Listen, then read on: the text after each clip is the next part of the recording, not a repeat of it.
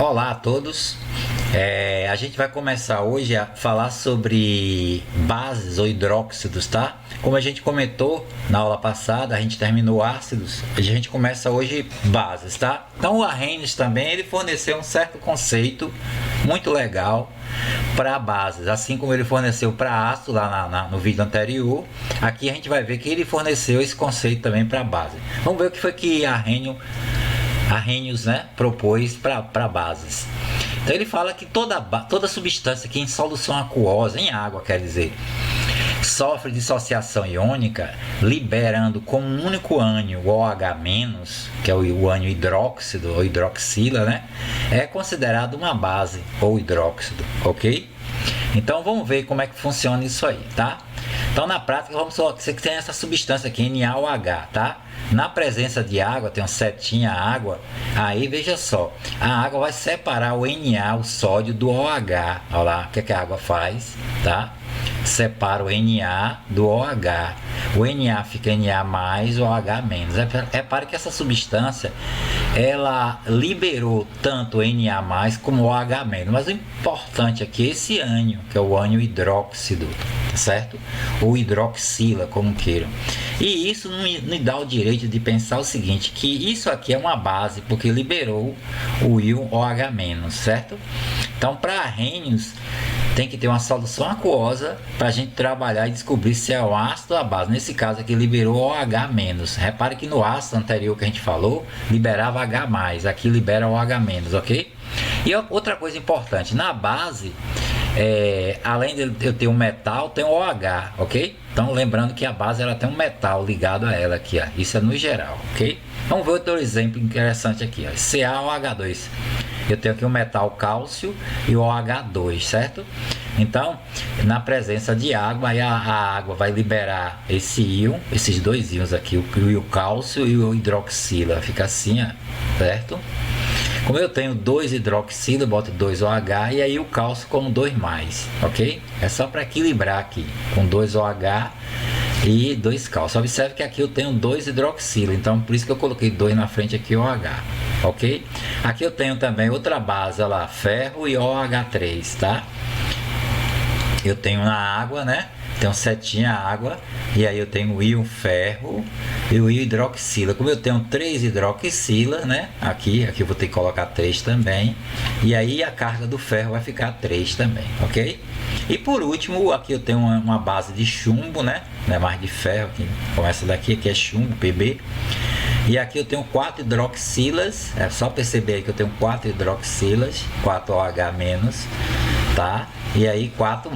Mas dá para perceber que essas 4 substâncias são bases, porque elas liberaram OH, ou 1, ou 2, ou 3, ou 4, não importa a quantidade, mas que são bases, ok? É só isso que eu queria colocar. Então a classificação das bases é bem simples, tá? Por exemplo, quanto ao número de hidroxila, de oxidrilas, como queiram, oxidrila e hidroxila é a mesma coisa. Quanto ao número de OH-, tá? Isso que eu quero dizer. As bases podem ser monobase, dibase, tribase, tetrabase, aí vai, tá certo? Bom, vamos ver primeiro a monobase. Monobase é quando a base só tem um OH, certo? Só tem uma hidroxila. Nesse caso, NaOH, liberou só um OH, ela é monobase, certo? Aqui, KOH, certo? Aí eu tenho só um OH também. Aqui, NH4OH. Aí liberou um só OH. Repare que todas as 3 bases, todas elas, só tem um OH. Só liberou um OH. Então a monobase, ok? Tá, na dissociação a molécula libera apenas uma oxidrila ou hidroxila, como queira. A dibase, perceba que libera 2 hidroxilas, tá? Então, essa primeira aí que eu coloquei liberou 2 aqui, tá? Essa segunda, hidróxido de zinco, né? E aí vai, né? A tribase libera 3 hidroxilas, ó. SFeOH3, olha lá, 3 hidroxilas, ó. A LOH3 na água libera 3 hidroxilas, então são tribases, né? De base aqui, tribases aqui. E ainda você pode ter uma tetrabase. Tetrabase é aquela hidróxido de chumbo 4, né? Olha lá. Você tem chumbo, né, com 4 hidroxilas, tá? Então, repare que pode ser também o estanho aqui, base de estanho, né? Ó, estanho 4 mais 4 hidroxila. É importante isso aí, tá? Na dissociação, a molécula libera 4 hidroxila, 4 oxidrila. Agora a gente poderia fazer um exercício rápido aqui. Qual das espécies abaixo é uma base? Bem simples, né? Qual a única que tem OH? OH aqui, tá? Ó, OH, letra D. Simples demais, né? Bem simples. Então a gente vai para a segunda classificação, é quanto à força. Então, quanto à força, as bases podem ser fortes, tá? No caso das bases de metal alcalino e alcalino terroso, são bases fortes, tá certo? Tá. Olha lá, são as bases em que as oxidrilas se ligam a um metal alcalino ou alcalino terroso, tá bom? Olha aqui, metal alcalino, Na, sódio, potássio, lítio, tá certo? Cálcio, bário, magnésio. Então essas bases são bases consideradas fortes. Então lembre-se, toda vez que você tiver uma base que o metal ligado ao hidroxila for metal alcalino ou alcalino terroso, desconfie que ela pode ser base, pode ser forte, ok? Agora, quando é que a base pode ser fraca, tá? Bases fracas, a gente tem as demais bases, tá? Olha lá, AgOH, repare, Ag é prata, prata ligado ao OH. Aqui eu tenho zinco, tá? Aqui NH4OH, não tenho metal, mas tem aqui o íon amônio, tá? Ligado ao H. Aqui eu tenho o íon ferro, tá? O ferro ligado ao H3, ó.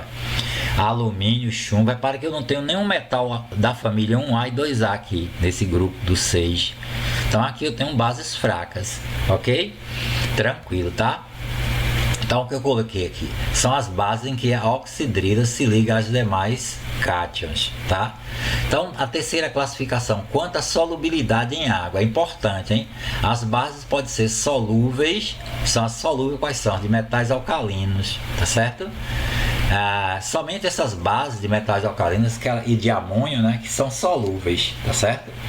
Ó, NaOH, metal alcalino, tá vendo?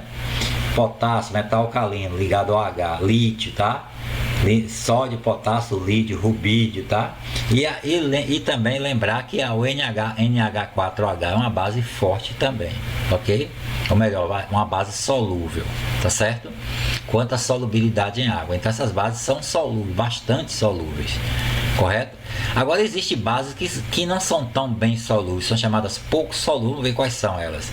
Ó, a hidróxido de cálcio, tá vendo? Base de cálcio. Repare que o cálcio não é um metal alcalino, e sim um metal alcalino terroso. O bário também, tá? E as demais bases, elas são praticamente insolúveis, tá? Ou 99% de insolubilidade, tá certo? Então praticamente é isso aí, tá? Agora vamos ver um exemplo bem fácil aqui, bem tranquilo, um exercício aqui, tá? A base LiOH, hidróxido de lítio, lítio da família 1A, gente, pode ser classificada como monobase, beleza. É forte? É insolúvel? Não. Toda base de lítio, tá? De alcalino terroso é uma base forte, é uma monobase, tudo bem, mas não é insolúvel, é solúvel, tá? Qual seria a monobase? Fraca não é, né? Insolúvel também não é. De base não é de base, tribase não é. Monobase aqui, ó, letra E, né? Monobase, forte e solúvel, fácil, certo? Então é bem tranquilo, né? A gente analisar essa questão aí, ó. Tá? Tem uma oxidrila, monobase, um cátion, um cálcio metal alcalino, forte, tá? E aí a gente pode andar mais para uma outra questão, tá? Segunda questão, a base mais forte entre as citadas abaixo é, ó, essa base é de prata, base fraca. Essa aqui é a base de amônio, ela é uma base fraca, não é uma base forte, porque lembre-se que base fraca é de metal alcalino e alcalino terroso. Desculpa, a base mais forte, né, é de metal alcalino e alcalino terroso. Tá, aqui é uma base de ferro, também não é forte, tá certo? Aqui é de metal alcalino, ó, hidróxido de potássio, K, certo? Potássio da família 1A. Então essa deverá ser essa daqui. E aqui eu tenho a hidróxido de zinco, que não é uma base forte, tá? Então é essa daí, tá? Bem simples, tá? Propriedades das bases. Sabor. As bases têm sabor adstringente, né?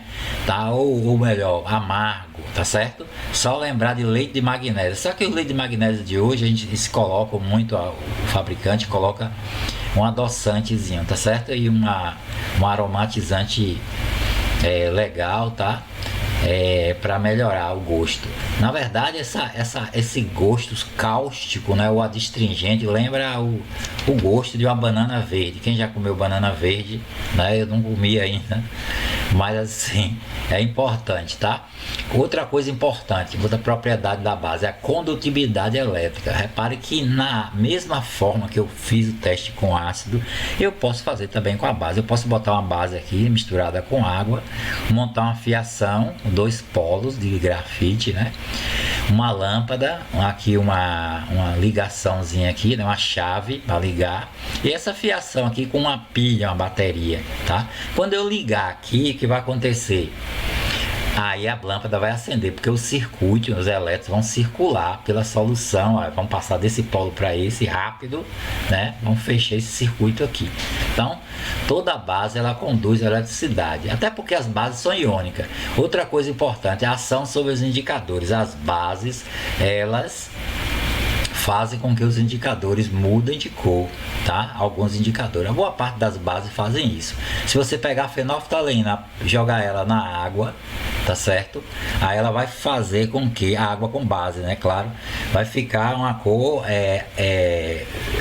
rosa, tá certo? Um rosa bem avermelhado, tá certo? E se você pegar o azul de bromotimol e jogar na base, ele vai ficar azul, o indicador vai ficar azul, ok? Então esse teste é importante, tá? Muito importante. E aí na próxima aula a gente vê a nomenclatura das bases, ok?